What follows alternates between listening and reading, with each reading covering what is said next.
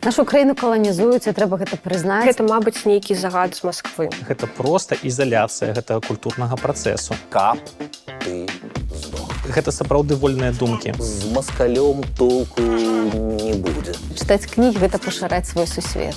Раз мы беларусы, мы павінны заўсёды быць сур'ёзнымі, сумнымі. Ты чарнуха нейкую чарнуху разводзіш, а нам трэба пазітыўчыка. Культурная імпрэза трансформер. Чытайце забароненую літаратуру.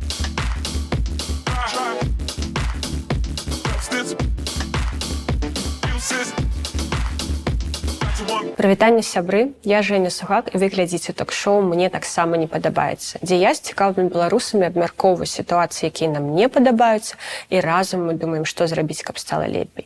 Падпішыцесь, калі ласка, на канал і пастаўце падабайку, бо сёння мы абмяркоўваем вельмі важную тэму – забарону беларускай літаратуры са стараны рэжыма.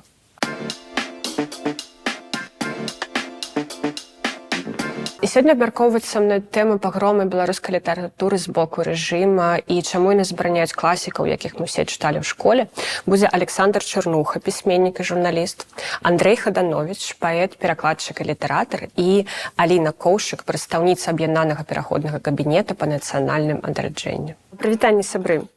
Я коротка нагадаю для гледачоў, якія маглі прапусціць гэтую навіну, што не так даўно рэжым зрабіў творы нашага вялікага класіка Дуніна Марцінкевіча экстрэмісцкімі.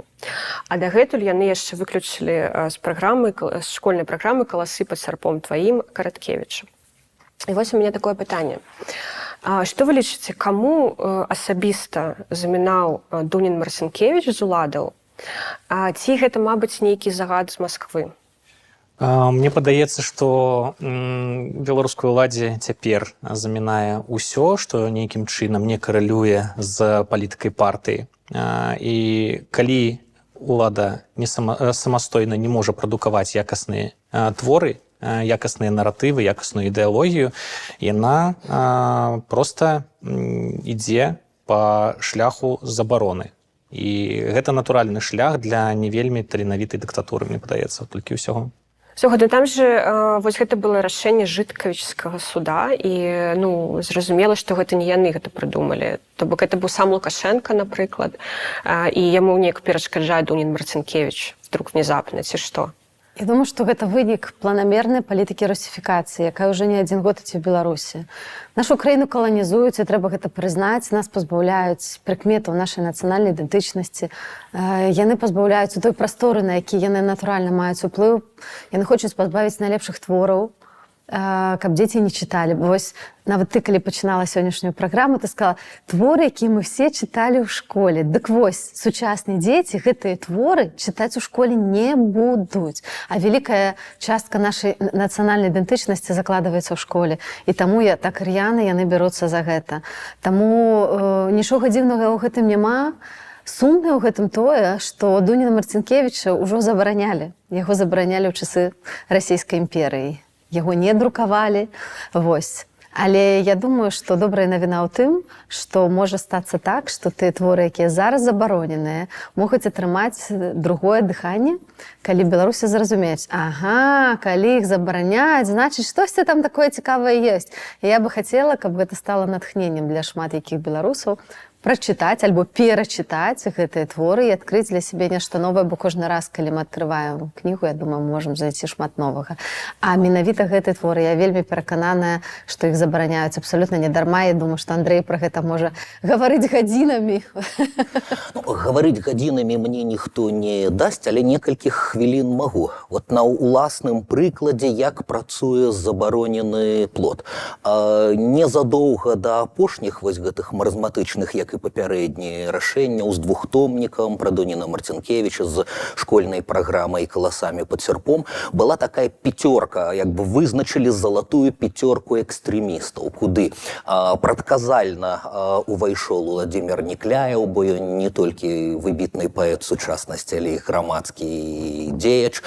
Туды прадказальна увайшла эмігрантка Наталля Арсеньева з суперхітом «Магутны Божа», які зрабіўся галоўным як бы апозіцыйным гімнам, прадказальна рэпрэсаваная і не рэабілітаваная да сёння толькі часткова Ларыса Геніуш, вось каго з прыемнасцю экстрэмістамі называюць. Але туды ж трапіла і пісьменніца Лідія Арабей, якая мне заўсёды здавалася мірнай прафесіяналкай, майстрыцай сваёй справы. Яна аўтарка першай дысертацыі пра цётку і найлепшая спецыялістка па ёй. Яна пісала аўтабіяграфічную, псіхалагічную прозу. Чаму? Я просто спампаваў сабе, я не на радзіме, я не дома, у мяне няма хатняй бібліятэкі под рукой. Я спампаваў беларускі кнігазбор з залатой серыі, стаў глядзець, перачытваць Лідію Арабей. І я паспрабаваў рэканструяваць логіку вось гэтай рэпрэсіўнай сістэмы. Мае вочы уперліся ў кароткае апавяданне з назваю, на хвілінку, «Белы шпіц». Я вось сабе уяўляю, як сярэдняга звена лукашэнкаўскі чыноўнік чытае, яны ж па дыяганалі чытаюць, у іх жа як бы інстынкты іграюць, яны баяцца страціць свае пасады, яны хутка і якасна мусяць выконваць гэтыя інструкцыі, яны хлуі ў гэтай сістэме. Назва «Белы шпіц». Хутенька гартаю да апошняга радка. Апошні радок. «Каб ты здох». Добрыя людзі, гэта яшчэ не шос, але гэта «каб ты здох». Ну, я спадзяюся, гэта не ў бок шпіца была. Не, шпіц выявіўся пазітыўным персанажам, бо ён абрахаў акупанта. Разумееце? Тое, што кароткае апавяданне зусім не пра гэтага белага шпіца і зусім не пра гэтага адресата фразай «каб ты здох». Гэта галодны час пад нямецкай акупацыі. Гэта пра бабулю, якая вынесла гандляваць дранікі. Пагадзіцеся, таксама сакральная беларуская сцэна, што можа быць радасней і цікавей за апавяданне пра дранікі. А тут белы шпіц, які на хвіліначку страціў гаспадара. Уявіце сабе вачыма... Ну, просто так саўпала. Лукашэнкаўскага чыноўніка. Белы шпіц, які страціў гаспадара. Яшчэ раз паўтараю, як бы, да? А далей ён пачынае, як бы, становіцца ў халуйскую позу. Ён пах смачных дранікаў адчуў, і тут далей я цытую, як бы блізка да тэкста Лідзію Арабей, і ён пачынае служыць. Ягоныя лапкі там набылі форму анучак, ягоны хвосцік заматляўся. Ён усім сваім выглядам кажа: дайце, я ж столькі аддана вам служыў, а яму гавораць: пшоў вон. Тут людям няма чаго есці. А чыноўнікі, як бы людзі наіўныя, яны даўно атаісаміліся з персанажам. Ёсць такі літаратурны механізм. Да? Яны глядзяць, гэта ж мы служылі доўгія гады, ну як і белы шпіц. А што такое белы шпіц згубіў гаспадара?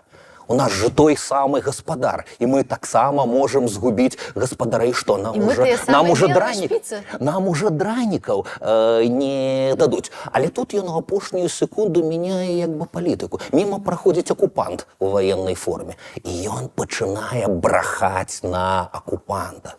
У выніку акупант уцякае і палохаецца і уцякае, а яму ляціць на снег кавалачак смачнага драніка.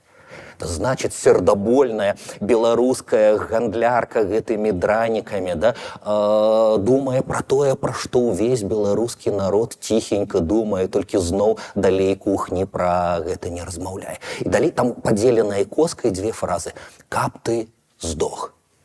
І уже ў іншы бок, як бы, які разумны сабака. Это ж просто інструкцыя для чыноўнікаў. Ну... Час службы як бы скончыўся. Драніка заўтра могуць не даць. Не гледзячы на ўсю выслугу гадоў, могуць сказаць: пшоў вон. Ці не пара паціхеньку у акупаванай Беларусі, хоць гэтая акупацыя не называецца такім словам, да, яна гібрыдная, яна каланізаваная, яна наша бацькаўшчына шматпакутная. Ці не пара брыхаць на акупантаў? Ну, добра. Вось склад злачынства, Склад кніжка злачынства. прызнаная экстрэмістам. Ну і гледзячы, што шпіц знік з інфармацыйнай павесткі, закэнселілі не толькі літаратурны твор, так? Ну, закэнцелілі ўвесь том по сумяшчальніцтве вялікае эсэ пра цётку, якую яшчэ не прызнавалі. Але... Ну, все ж таки Дунін Марцінкевич гэта такая фігура больш усім вядомая, больш выбітная, да? І вось вы тут, я так разумею, не падзяляеце маю тэорыю заговора, што загад прыйшоў з Крымля, дзе сказалі, ну, у Дуніна Марцінкевича мы все разумеем, ёсць такая, як яны, напэўна, лічаць, антырасійская рыторыка у творах, таму яго і забаранялі падчас расійскай імперыі, і таму ён там сидзеў у турме падчас паўстання, но... Але што... Сидзеў пад хатнім арыштам пэўны так. час. Але вось, да, Чарскім маё залам пытанне, сидзеў. то бок вы не падзяляеце вось гэта мою думку, што гэта прыйшло з Крымля, дзе яны сказалі, а забараніце свайго Дуніна Марцінкевича, што это ён там пра на Расію кажа? Я думаю, што з Крамля могуць максімум нейкія стратэгічныя разнарадкі прыходзіць, тактычныя ўжо рухі на месцы адбываюцца. У Крамлі не будуць разбірацца Дунін Марцінкевич, гэта Караткевич, ці нехта яшчэ. Я боюся, що вони нават не ведаюць, хто гэта такі ў Это Крамлі, правда. разумееш? Горшае тое, што людзі, што нашыя суайчыннікі фармальна на хвіліначку, да, і сістэма, якой мы да недаўняга, а беларусы, якія засталіся ў Беларусі да сёння плацяць падаткі, гэтая сістэма як бы паводзіць сябе больш па-крымлёўску, чым сам Крэмль.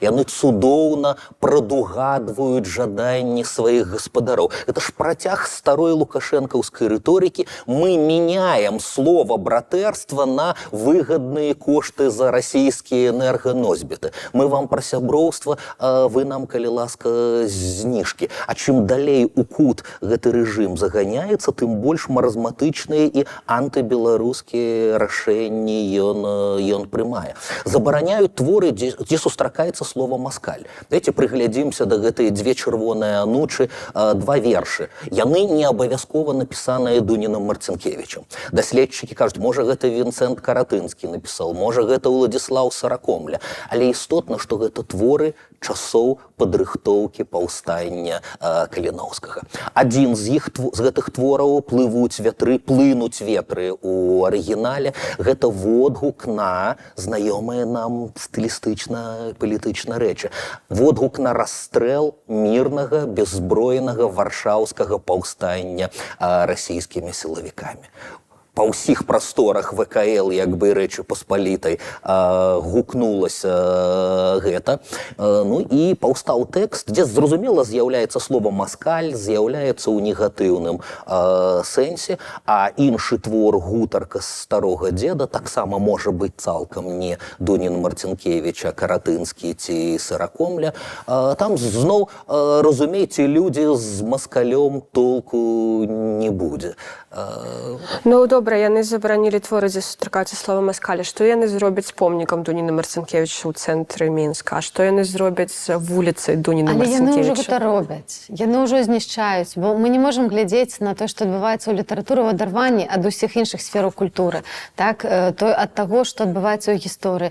Мы бачым, як з нашай гісторыі выкрэсліваюцца ўсе згадкі пра нашу еўрапейскасць, пра еўрапейскія карані. І вось акурат Дуня Марцінкевич гэта таксама выдатны прыклад беларускага пісьменніка, які выдатна валодаў і польскай мовай, які пісаў лацінкай збольшага, правда? Абодва забароненыя творы, канешне, ў арыгінале лацінкай. Лацінкай былі напісаны. Па-беларуску, але лацінкай. Вось. І гэта таксама ўсё паказвае, што мы, беларусы, належым да еўрапейскай цывілізацыі. Таму вынішчаюцца акурат тыя рэчы, якія пра гэта паказваюць, бо Вінцэнт Дунін Марцінкевич не расказвала пра тое, якая цудоўная Масква, альбо я не натхняўся Пушкіным, умоўна кажучы. Вось. Мне вось падумалася, Дунін Марцінкевич як бы майстар супольных культурных праектаў. Ён тварыў на мяжы культураў, літаратуры і музыкі, да? Пісьменства і тэатра. Ён аўтар лібрэта для, на хвілінку, заснавальніка польскай класічнай оперы, але і нашай оперы Станіслава Манюшкі. Яны бачыліся ў маладосці не выпадкова каля ратушы на плошчы Свабоды. свабоды стаіць гэты помнік. Вот я думаю, што як ідэолагі з ім паступяць. Сядзіць кампазітар Манюшку яны оставят, і сядзіць паэт, аўтар ягоных лібрэта да сялянкі, напрыклад. Пінская шляхта, да? Пінская шляхта, дойдзем пакуль. Я думаю, што паступяць так, як рабілі з песнямі на словы забароненага Владзіміра Некляева. Лучынка альбо раінчыка ніхто не забараняў, песні круцілі, імя кампазітара згадвалі, імя паэта не згадвалі. Я думаю, што проста з помніка знікне надпіс, што гэта Дунін Марцінкевіч. Ці яму твар перапрацуюць неяк? Ліхтарамі, пражэктарамі ўначы будуць падсвечваць твар Манюшкі, а побач будзе сядзець ананімны аўтар ягонага лібрэта. Словы народныя. Музыка Манюшкі, словы народныя. Саш, ты хацеў нешта дадаць? Я думаю, што, не дай бог, яны яшчэ могуць ханка ў бронзе адліць і паставіць там. У тебе перапрацаваць твар Марцінкевіч, ой, да, на Вусы даклеіць. Марціневич, а? Вусы даклеіць, да. Ну, слухайце, так, а што гэта атрымліваецца? То бок, наша літаратура, яна настолькі моцная, што яе трэба забараняць, што ў яе былі вось такая прага да змен, такая прага да дэмакратычных каштоўнасцяў. То бок, мабыць, калі бы мы больш цікавіліся сваёй літаратурай, больш яе чыталі, то, можа быць, і Лукашенка б не паўтарыўся. Мне здаецца, што якраз вось гэтую тэндэнцыю нават да найтупейшых, а найтупейшыя як бы кіруюць сёння, да, гэтым рэжымам, дыктуюць гэтую павестку, да іх дайшло, што культура можа быць зброяй, што культура можа быць мірным, увогуле гэты механізм, як гэта мірны супраціў, soft power, да, як гэта дзейнічае. Людзям, якім кепска, мастацкае слово, візуальнае слово, добра зроблены, ну, каб далёка за прыклады не хадзіць, добра зроблены калаш Цэсляра. Робіць людзям пазітыўны ранак, людзі натхняюцца. Удалае графіці, эфектная крычалка. Гэта самыя прымітыўныя, але і дзейсныя, да, жанры культуры. Што казаць пра лектараў, лятучага універсітэту, якія рабілі выклады лекцый проста ў падворках падчас дваровых пратэстаў, пра музыкаў, якія ў акустычным фармаце выступалі, пра паэтаў і паэтак, якія пісалі сабе, напісаўшы на руцэ тэлефон адваката, нікому не дапамагло, але пісалі, да, думаючы, што яшчэ ёсць рэшткі нейкага права, хадзілі і чыталі для людзей у падворках. Канешне, гэта натхняла, гэта падтрымлівала, што ўжо пра купалінку казаць, ці танцы са скрыпкай на плошчы. Нават да ворагаў прымітыўнейшых, больш абмежаваных гэта дайшло. І тут, безумоўна, гэта помста. Помста за культурную ролю, помста за тое, што культура беларуская заўсёды была не ад добрага жыцця. Калі Купала рабіл ремейк Белзы, «Кто ты есташ, поляк малы», да? «Хто ты гэткі, свой тутэйшы», а потым Михалок гэта геніальна агучыў. Ну, у добрыя часы такое не спяваюцца. У добрыя часы чалавек хутчэй разгорне томік Алеся Разанавай і будзе чытаць там ці Міхася Стральцова. Калі зусім кепска, мы згадваем, а хто там ідзе.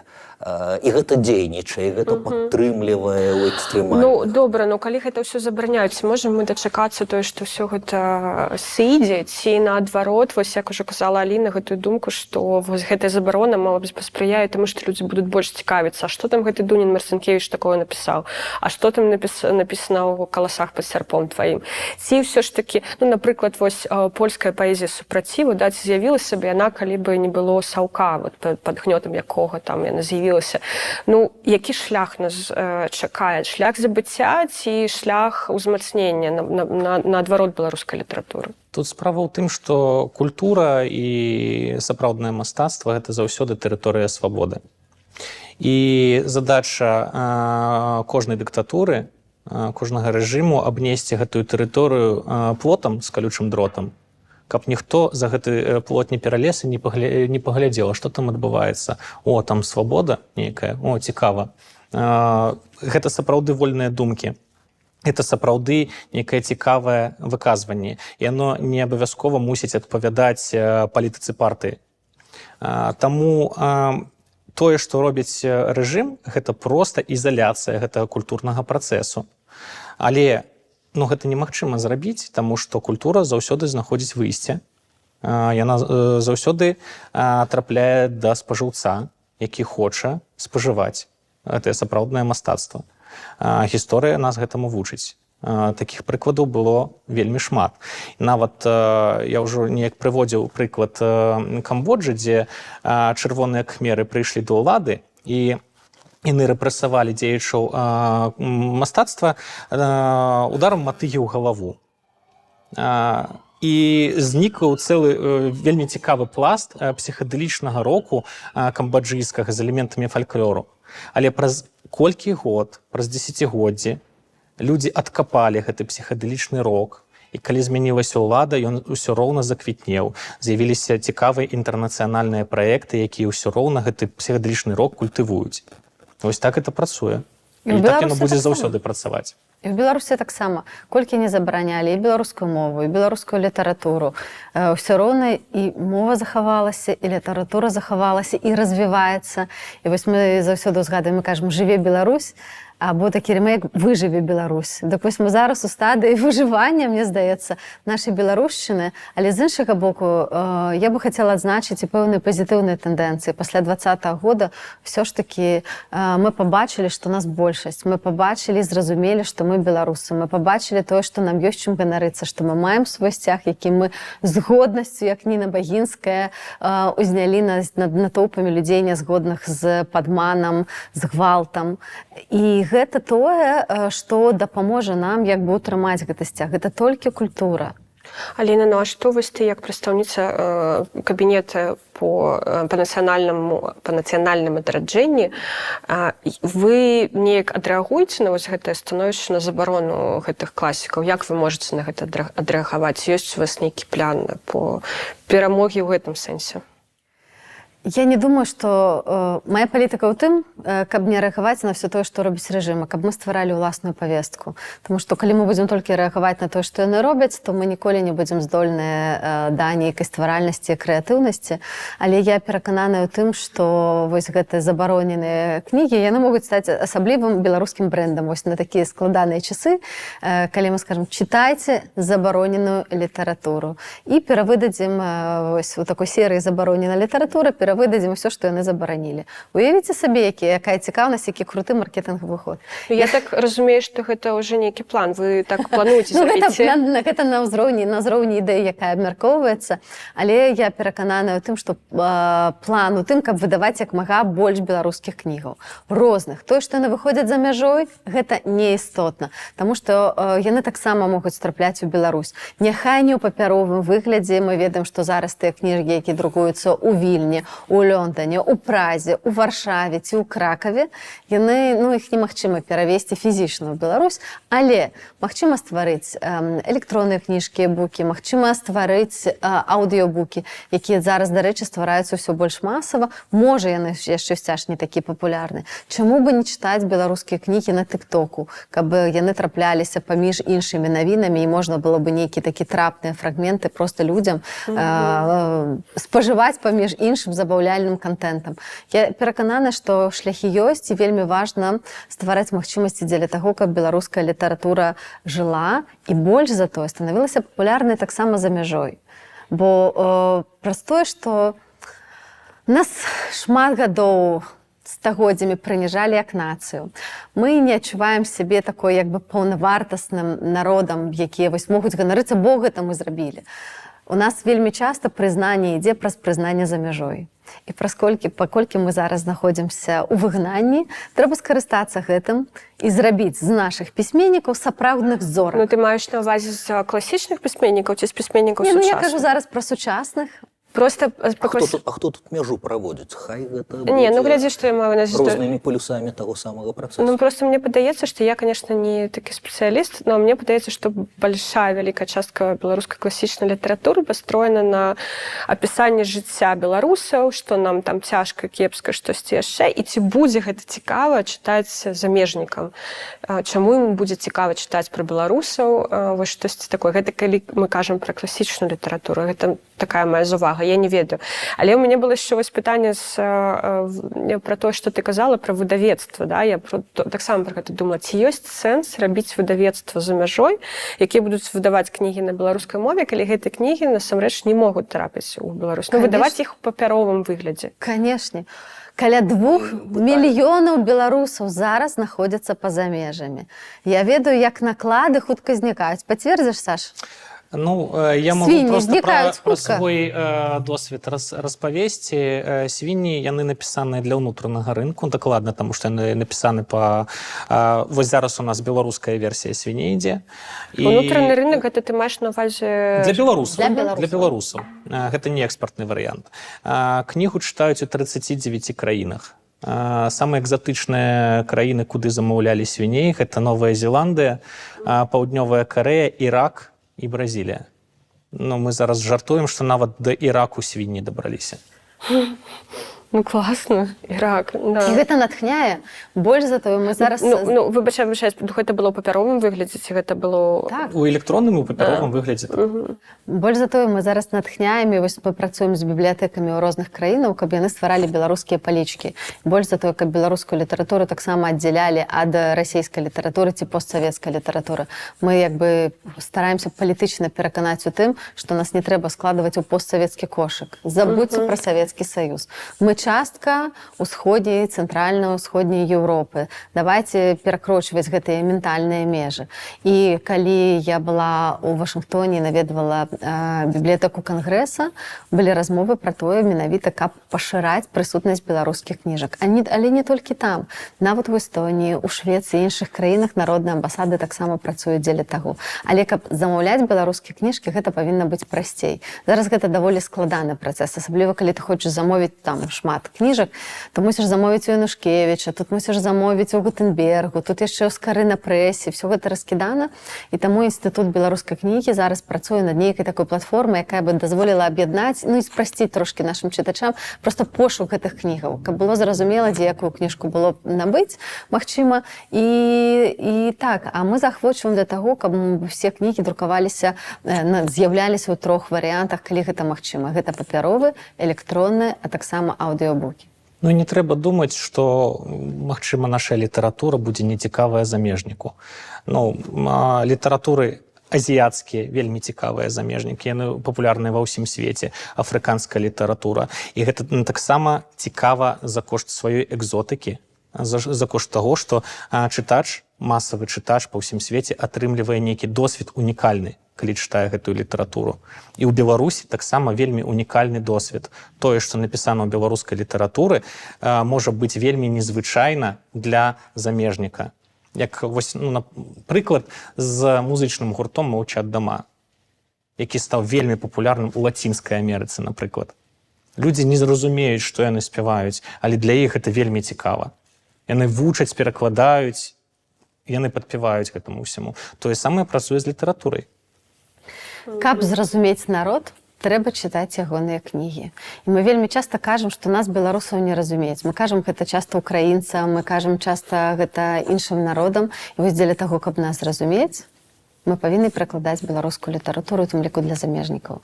І таму мы прыкладаем зараз таксама шмат высілкаў дзеля таго, каб беларускія кніжкі, беларускія стэнды з'яўляліся ў розных еўрапейскіх, напрыклад, кніжных кірмашах, як у Франкфурце, куды прыязджалі прадстаўнікі беларускіх выдавецтваў, альбо у Катавіцах, дзе Беларусь была спецыяльным госцем кніжнага кірмашу, і прыязджаў у тым ліку Саша Філіпенка, і мы расказвалі, альбо Альгерд Бахарэвіч, які гастралюе літаральна па ўсёй Еўропе, чытаючы вершы і не толькі расказваючы пра Беларусь.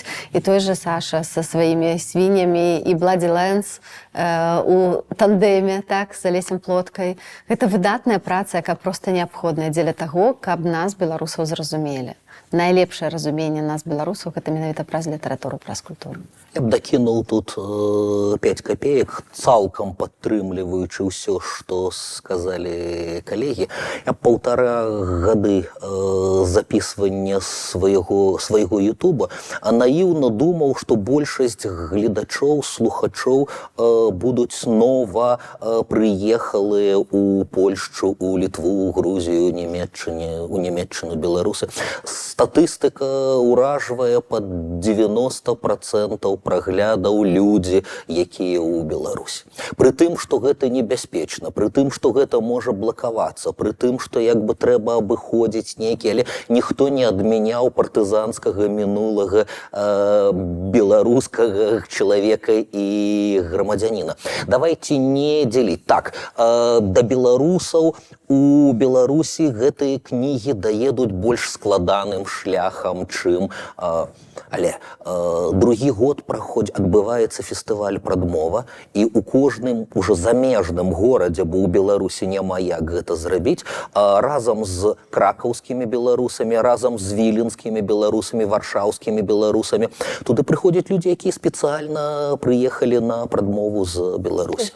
Яны адрозніваюцца па налепках, напрыклад, не фатаграфаваць падчас публічных нейкіх імпрэзаў, але яны купляюць для сябе, для сяброўкі, для цётачкі, для пляменніка, і большую колькасць кніжак везуць так, як у найгоршыя часы. Папяровая літаратура ехала. Дудка беларуская якім чынам пачыналася з беларускай літаратуры, таксама лацінскай моваю надрукаваная.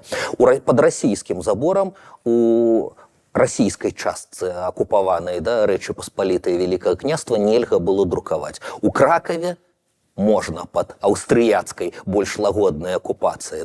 Мацей Бурачок, Францішак Багушевіч друкаваў сваю кнігу ў Кракаве, яна нейкім чынам дабіралася да земляў. Слухайце, ну і Скарына пачынаў друкаваць таксама не ў Беларусі, а ўсё гэта наша культурная спадчына. Таму я бы з гэтага не рабіла нейкай роспачы ці ляманту, а наадварот.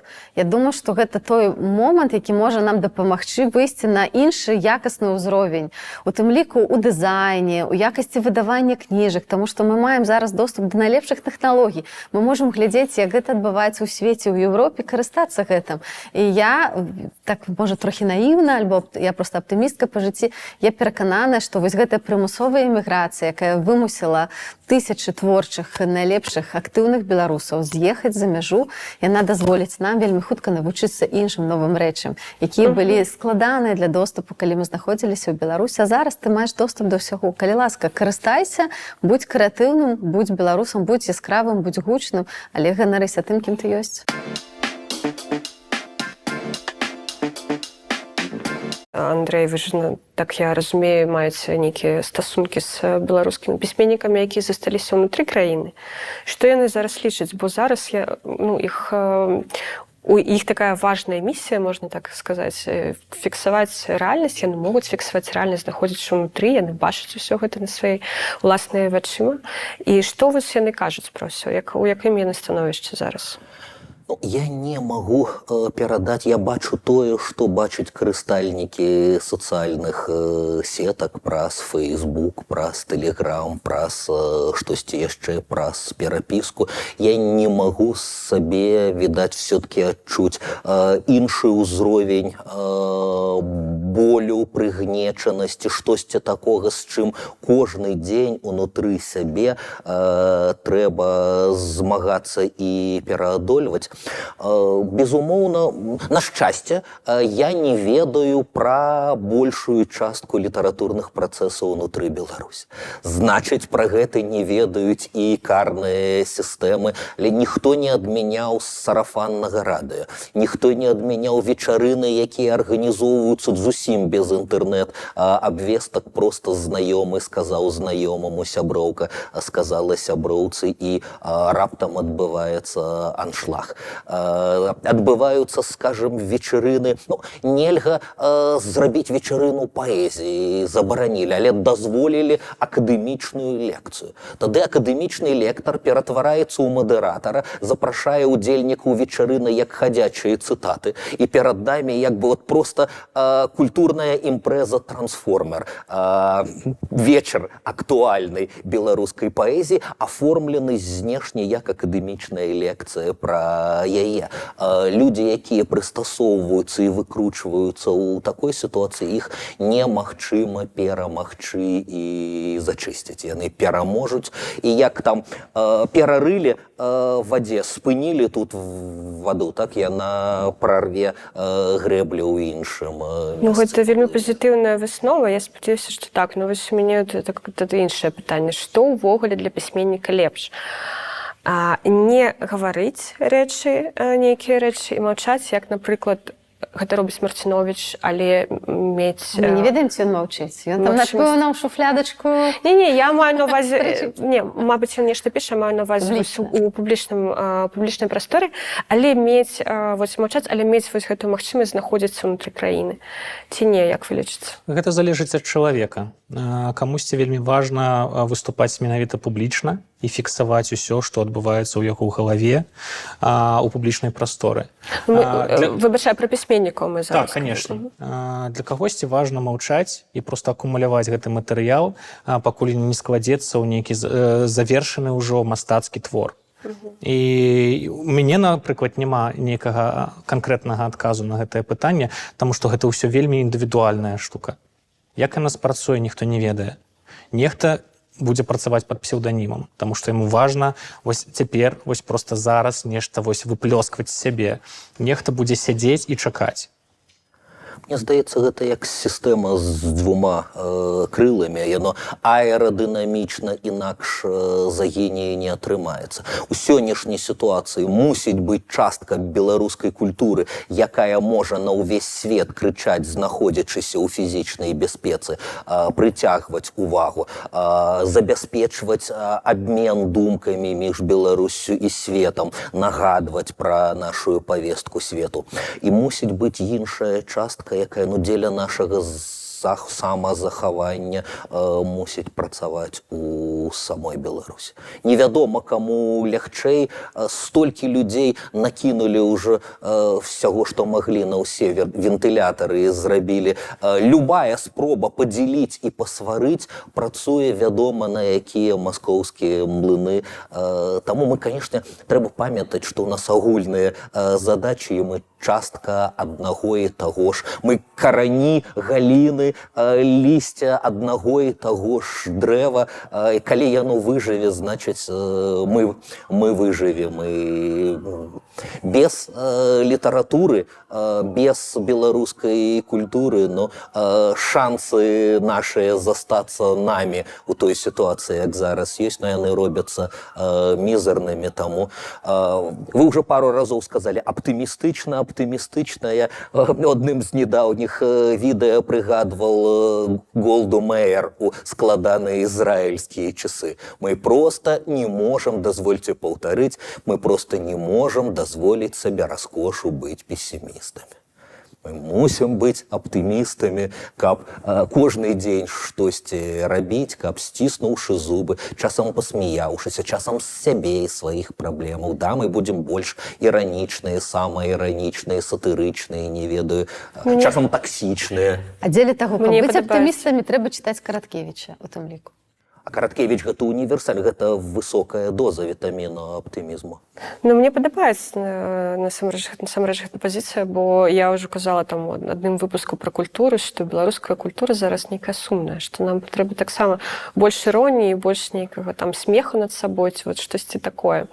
Ну, правда такая, што мы ж не можам кіраваць. Гэта ж пачуцці, якія выплёскваюць творцы, і калі яны адчуюць, што ў іх ёсць вось гэтая эмоцыя радасці, яны таксама будуць з намі удзельнічаць. Ну, вось Я думаю, што гэта не толькі ў творцах, гэта ўвогуле такая, мабыць, беларуская рыса, ці што, бо, напрыклад, вось мы робім з Арцёмам і Рыгорам «Часики тикают», YouTube-падкаст, і нам бывае такое, што нам пішуць у каментарах, а што вы смеецесь, гэта ж там сур'ёзная тэма. То бок людзі не разумеюць, што можна іранізаваць, можна іх гэта кагосьці гэта абражае. То бок, ну, ёсць такое меркаванне, што раз мы беларусы, мы павінны заўсёды быць сур'ёзнымі, сумнымі.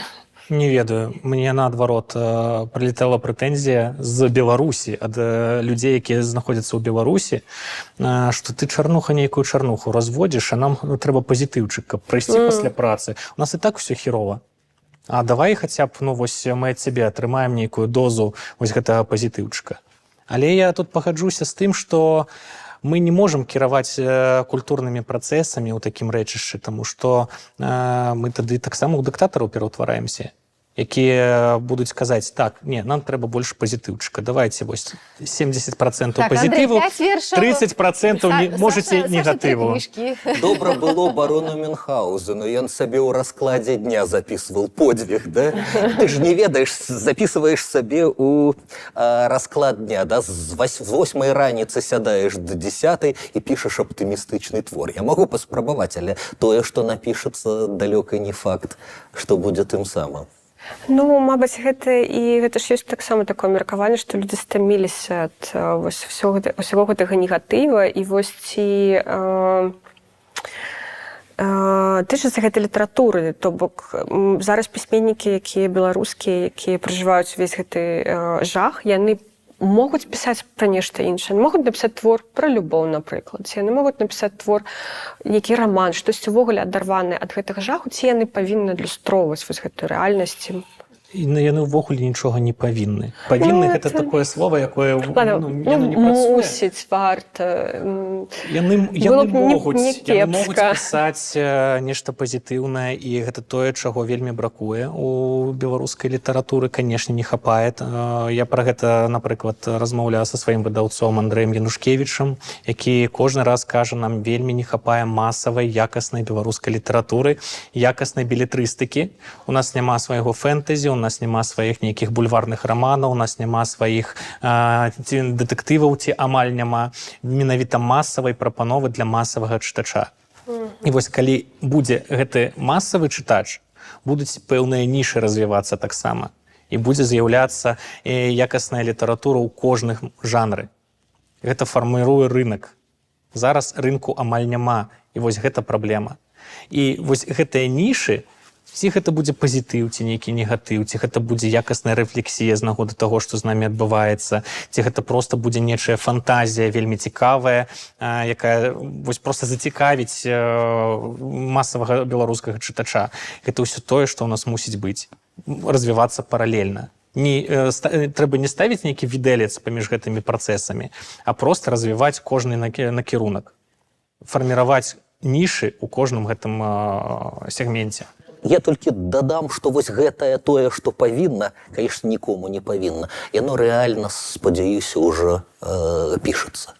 І мы заўтра, пазаўтра адкрыем для сябе гэтыя вершы, гэтыя раманы для элітарнага і для масавага чытача.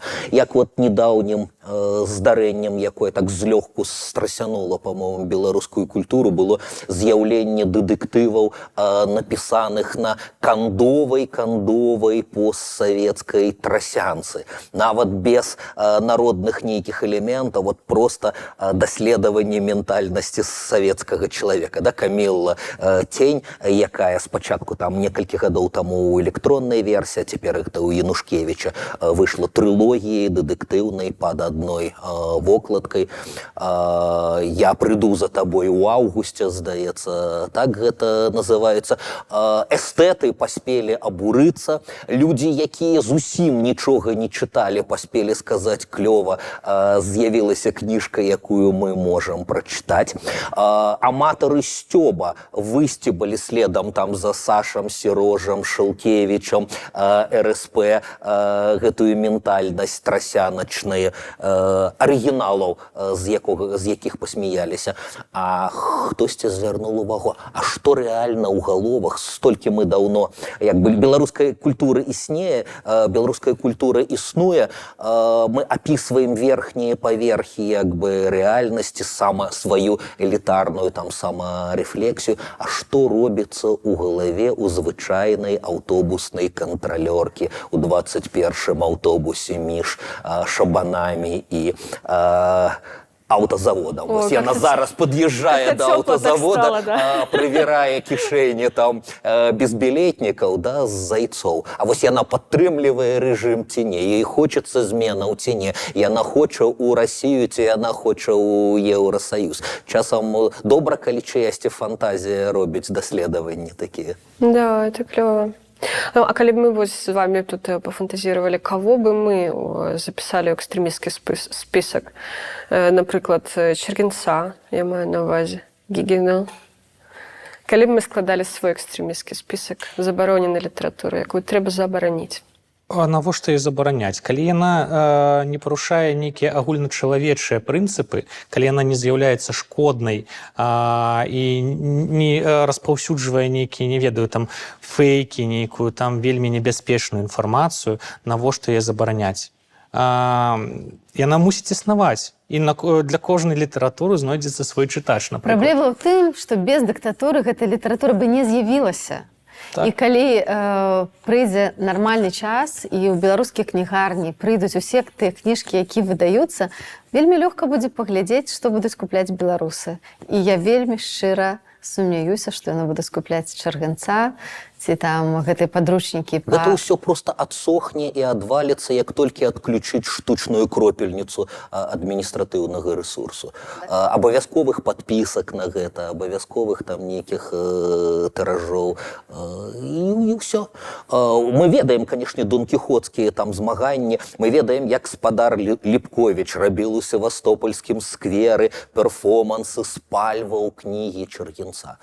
Але слухайте на хвіліночку, паліць кнігі кепскі тон.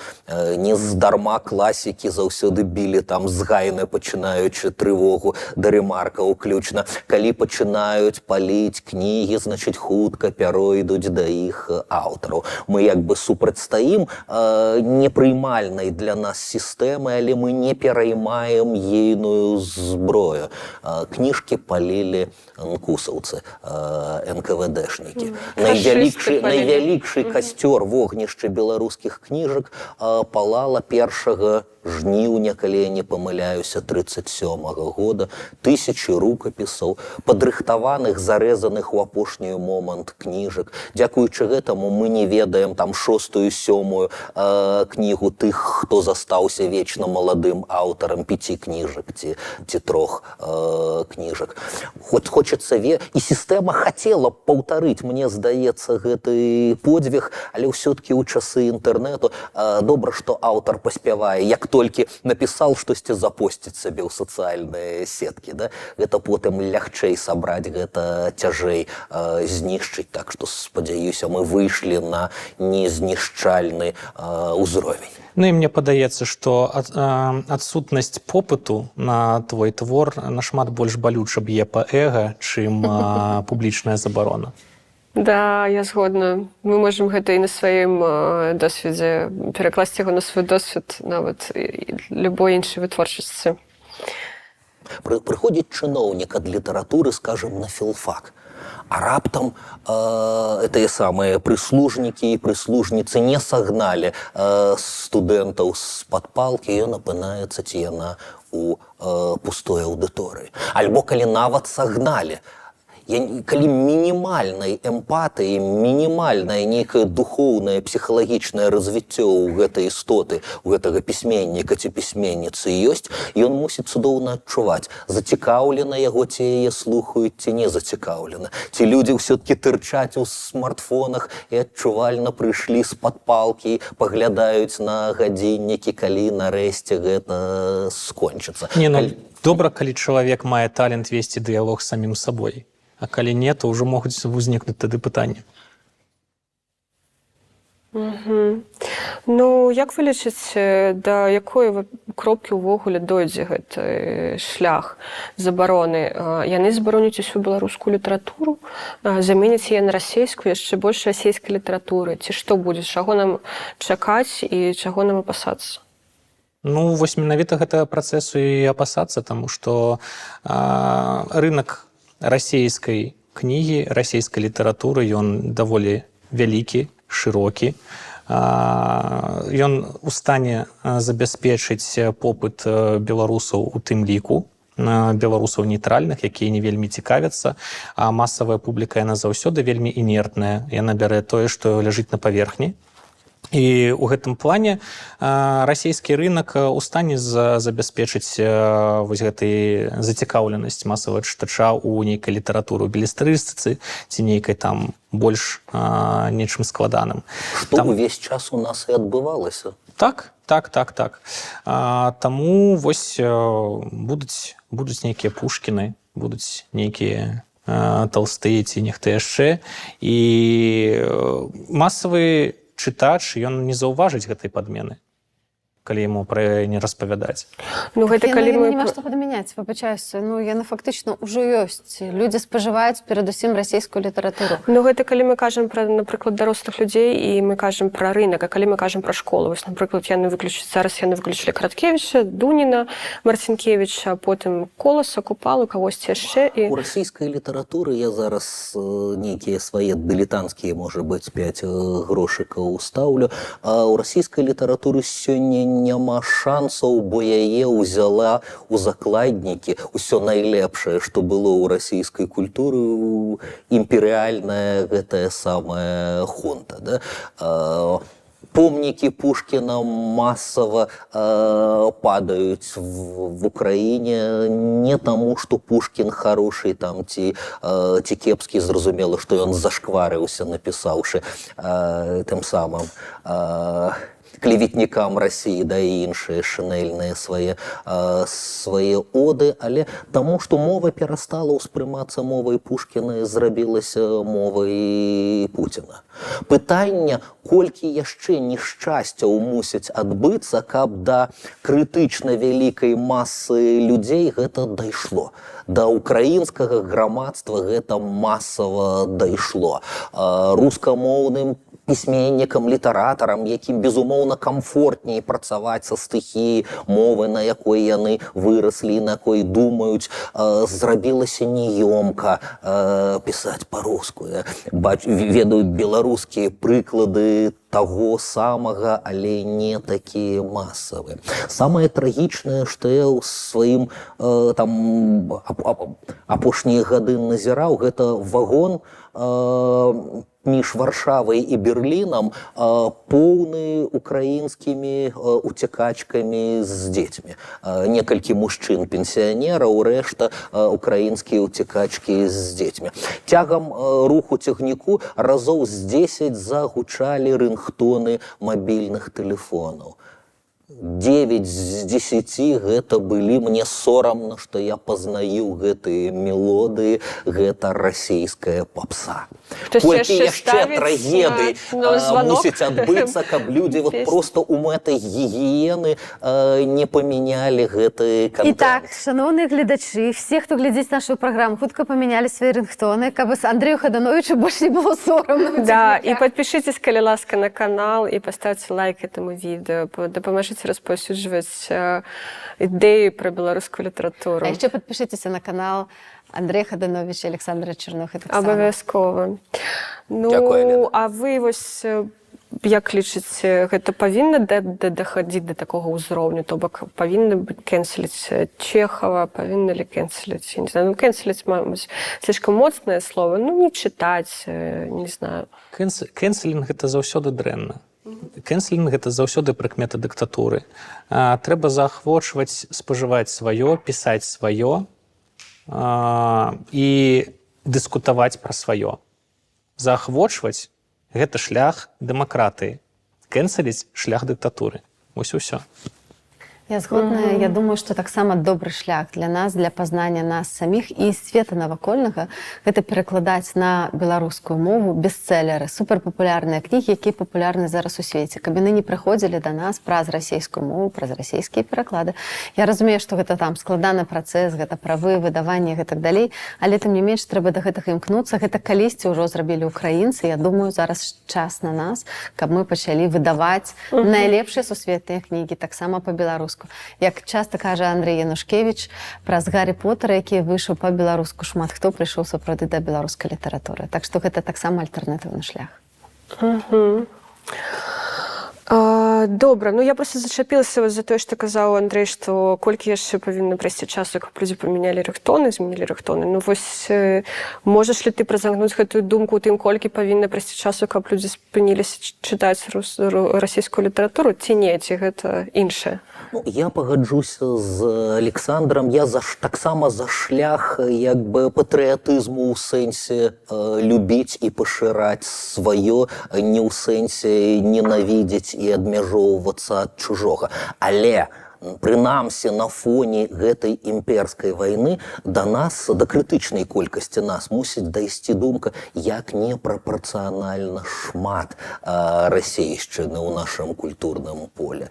А яно ж яно адбываецца за кошт змяншэння свайго, як у тых, як у той украінскай фотожабе, дзе маленькая дзяўчынка сядзіць у метро, а побач мова, а побач вялікі язык разваліўся на 3/4 сядзення і штурхае, маўляў, ты мяне прыцісняеш, да? Мне незручна, неёмка. Вот про такія рэчы я выключна кажу. Мы не ведаем свайго не горшага, часам лепшага, іншага.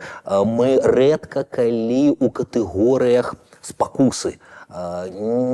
Старэйшыя класікі любілі пісаць беларускамоўныя вершы пра тое, што трэба размаўляць па-беларуску, што не трэба размаўляць не па-беларуску. Але мы агітуем уже загітаваных. З такім не выйдзеш на... Хочаш, не пераконвай, не прыстыджвай, не прысаромлівай, спакушай, рабі штосьці якаснае, цікавае, людзі самі незаўважна, як з Гаррі Поттерам у прыкладзе, падцягнуцца і будзе нам шчасце. Вось, напрыклад, на сваім асабістым досведзе я могу сказаць, што мне не трэба кэнселіць ці адмаўляць існаванне расійскай літаратуры. Няхай яна існуе, але мне гэта зараз абсалютна не цікава. Мне цікава чытаць беларускую літаратуру. Мне цікава пазнаваць тое, што адбываецца ў нашай культуры.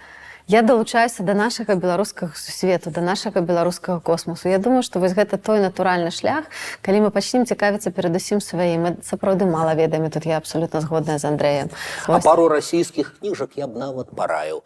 Гэта самыя безлітасныя даследаванні імперыялізму, таталітарызму і абсурду, якія Еўген Замятін раней Оруэлла і Хакслі напісал антыутопію «Мы». Чытайце, глядзіце Расію у... Мы хочам быць часткай гэтага свету. Ці мы ўсё-такі з усіх сіл хочам імкнуцца і быць часткай іншага свету? Я зараз одну парадаксальную рэч скажу. Яшчэ ў гэтыя мірныя гады, там 18-19 год, адносна мірныя, я спажываў вельмі шмат расійскай музыкі, таму што, ну, гэта моя экспертыза. Гэта тое, пра што я пішу і чым я зарабляю грошы. Вось. І ў нейкі момант я злавіў сябе на думцы, што мне амаль фізічна дрэнна ад колькасці вось гэтай неякаснай расійскай папсы, якую я спажываю. І аднойчы ў адзін дзень я проста вельмі добра адфільтраваў свае каналы спажывання інфармацыі, каб проста да мяне не трапляла вось гэтая расійская неякасная папса. І ведаеце, са мной здарылася адна дзіўная рэч. Нічога не змянілася ў маім жыцці. Толькі я стаў сябе адчуваць нашмат больш шчаслівым чалавекам. Ой, это вельмі шмат змянілася, наадварот. Ну да.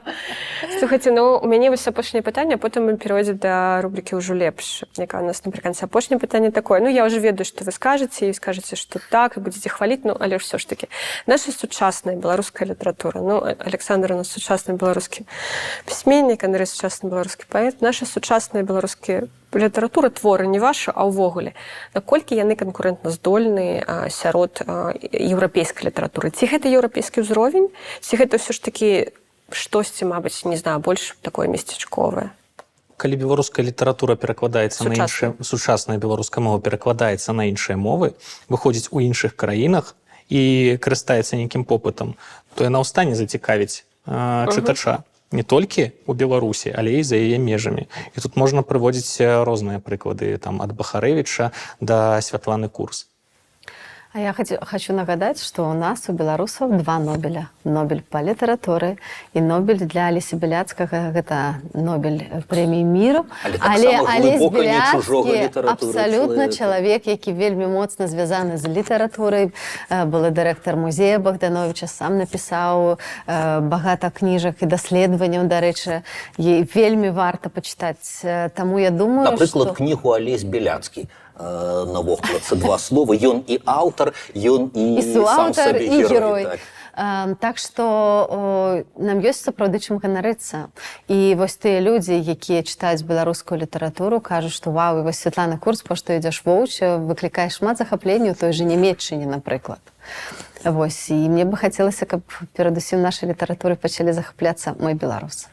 На найбліжэйшай нейкай мне тэрыторыі я не буду пафасных рэчаў там казаць пра чым горш сітуацыя, тым лепш паэтам, тым паэзія больш сілкуецца нейкай салідарнасцю, перадачай энергіі і так далей. Абмяжуюся проста тым, што вось колькі беларускіх аўтараў самых розных ад Насты Манцевіч да Віталя Рыжкова апыналася на міжнародных пляцоўках, скажем, на міжнародных слэмах з удзелам рознанацыянальных, рознамоўных паэтаў, столькі гэтых беларускіх аўтараў выйгравала там з трэскам у адну, так бы мовіць, браму. Штосьці ў гэтым ёсць нейкая энергетыка. Можа таму, што калі ты ўжо ў Магілёве прабіўся і цябе пачулі, то Вудсток заваяваць элементарна. Ну, так. Я думаю, што трохі нам бракуе такога добрага піару, у добрым сэнсе слова, такога культурніцкага, літаратурнага, які дазволіць нам сапраўды прабіць гэтыя столі і перадусім свае ўласнай неўпэўненасці. Таму што тое, што мы ствараем, гэта найвышэйшы сусветны ўзровень, але давайце пераканаемся ў гэтым самі, паверым у гэта і пераканаем іншых. Пакуль мы гэта робім, як бы кожны аўтар, ён сам сабе і літаратурны агент, ён сам сабе і шмат чаго, і літаратурны крытык. Мы палову сілаў, добра, калі толькі палову, трацім на прабіванне сценак галавою. Калі з'явяцца нарэшце да аформяцца інстытуцыі паміж аўтарамі і чытачамі, ну вот, відаць, тады паўнавартасны рынак і ўзнікне. Парайце, калі ласка, для гледачоў одну сучасную кнігу беларускага сучаснага пісьменніка, одну класічную кожную. Што вы параеце пачытаць? Вашы любімыя? Или тыя, што вас натхняюць? Или тыя, што вам спадабаліся ў апошні час? Ну, давайте я параю спачатку класічны твор Андрэя Мрыя «Запіскі Самсона Самасуя», таму што мой раман «Свінні» гэта шмат у чым, гэта працяг запісак Самсона Самасуя, і выглядае на тое, што за амаль 100 год нічога не змянілася ў гэтай бюрократычнай беларускай сістэме. Яна як існавала, так і існуе. Наратывы прыкладна тыя ж, і ўсё тое ж адбываецца. А з сучасных аўтараў я вельмі параіў кніжку Сергея Лескіця «Шэпт». Гэта вельмі цікавая, вельмі класная, вельмі аўтэнтычная кніга пра бабак шаптух, пра гэту традыцыю, якая захавалася амаль толькі на Беларусі. І гэта таксама вельмі цікава проста даследаваць з усімі дыялектамі, з усімі гэтымі традыцыямі, таму што Сергей не толькі апісаў, ён настолькі уцёрся ў давер да гэтых бабак, што яны шапталі пры ім. І гэта вельмі класны дакументальны твор, але ён таксама вельмі класны і ў мастацкім сэнсе, таму што там вельмі сакавітыя апісанні таго, як ён вандруе, як ён разважае, як ён з гэтымі бабкамі размаўляе. Это фантастыка. Добра. Андрей, ваша чарга.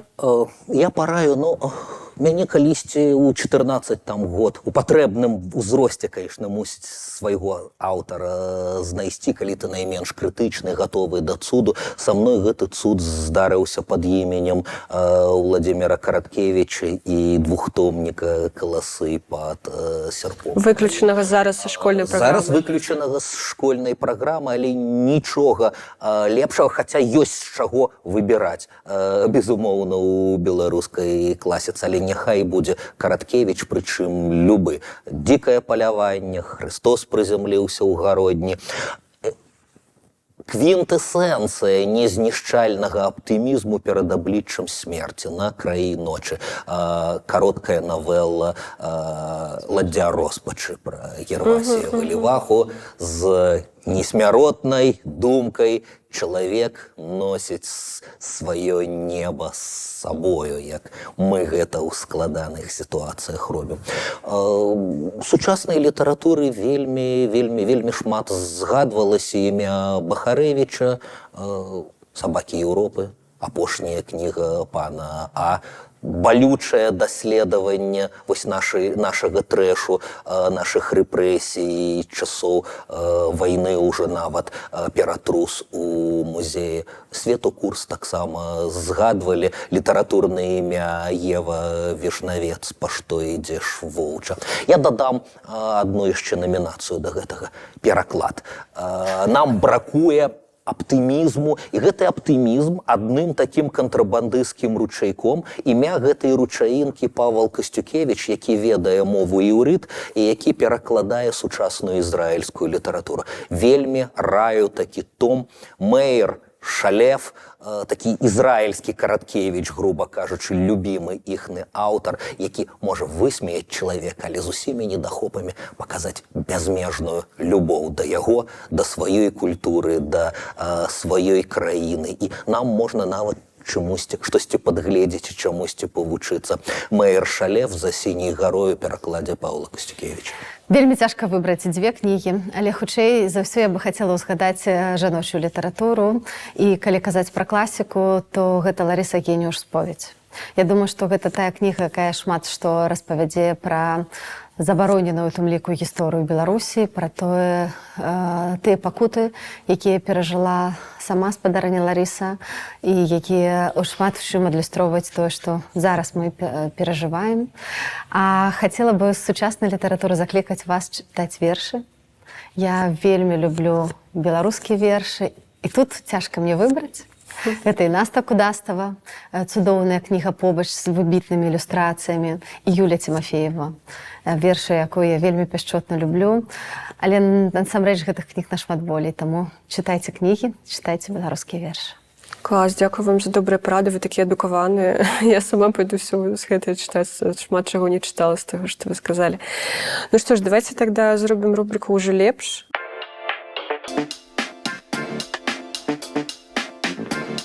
Мы, мабыць, неяк резюмуем пра то, як нам процівстаяць уладам, як нам процівстаяць рэжыму, іх інструментам забароны літаратуры, і класічнай, і сучаснай, як нам не страціць гэтую літаратуру, як нам зрабіць так, чтоб школьнікі, вось Андрей так захапляльна расказваў пра «Каласы па сярпом» тваім, які ён чытаў у школе, які зараз школьнікі не змогуць чытаць у школе. Як усіму гэтаму процівстаяць? Пісьменнікам пісаць. Тут адзіны шлях, мне падаецца. Чым больш ты пішаш, тым больш цябе чытаюць, і не чакаць нейкага прыдатнага моманту, а пісаць цяпер, выдавацца зараз. Чытачу чытаць сваё, і калі табе нешта спадабалася, публічна пра гэта казаць, перасылаць спасылкі сваім сябрам, пісаць, ставіць там адзнакі на ўсякіх спецыялізаваных платформах, таму што гэта таксама працуе на карысць пісьменнікам. Вось і ўсё. Трэба проста пашыраць свой кантэкст, працаваць у публічным полі усім актарам гэтага працэсу. Адзінае выйсце. Ну і грошы, конечно, грошы.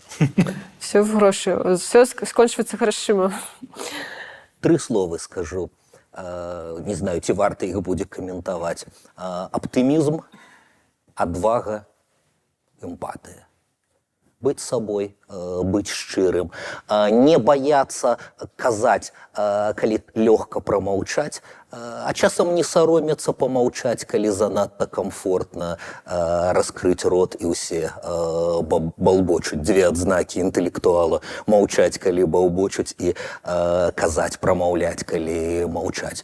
Ну і памятаць пра тое, што мы ўсе вельмі розныя, але мы разам з тым частка аднаго. Таму рабіць так, каб дзеліцца энергіяй, дзеліцца любоўю. Увогуле, машына ідэалогіі, палітыкі дзеліць нас і сеяць ненавісць. Літаратура, культура выпраменьвае любоў і каханне, надзею, салідарнасць насуперак гэтаму. Так, моя мама казала заўсёды, яна шмат чытала, і таму я шмат чытала з дзяцінства, і яна казала заўсёды, што добрая літаратура лечыць ад самых дурных мыслей, думак. Так што... Я прыцягнуў ланцужок Андрэя, што трэба дзеліцца.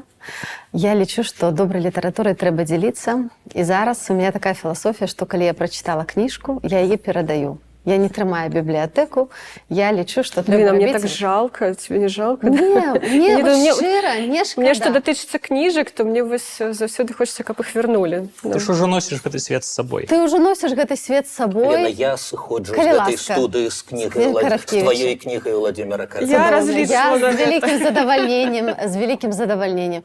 Больш за тое, мы павінны папулярызаваць нашу літаратуру, каб яна была менш элітнай.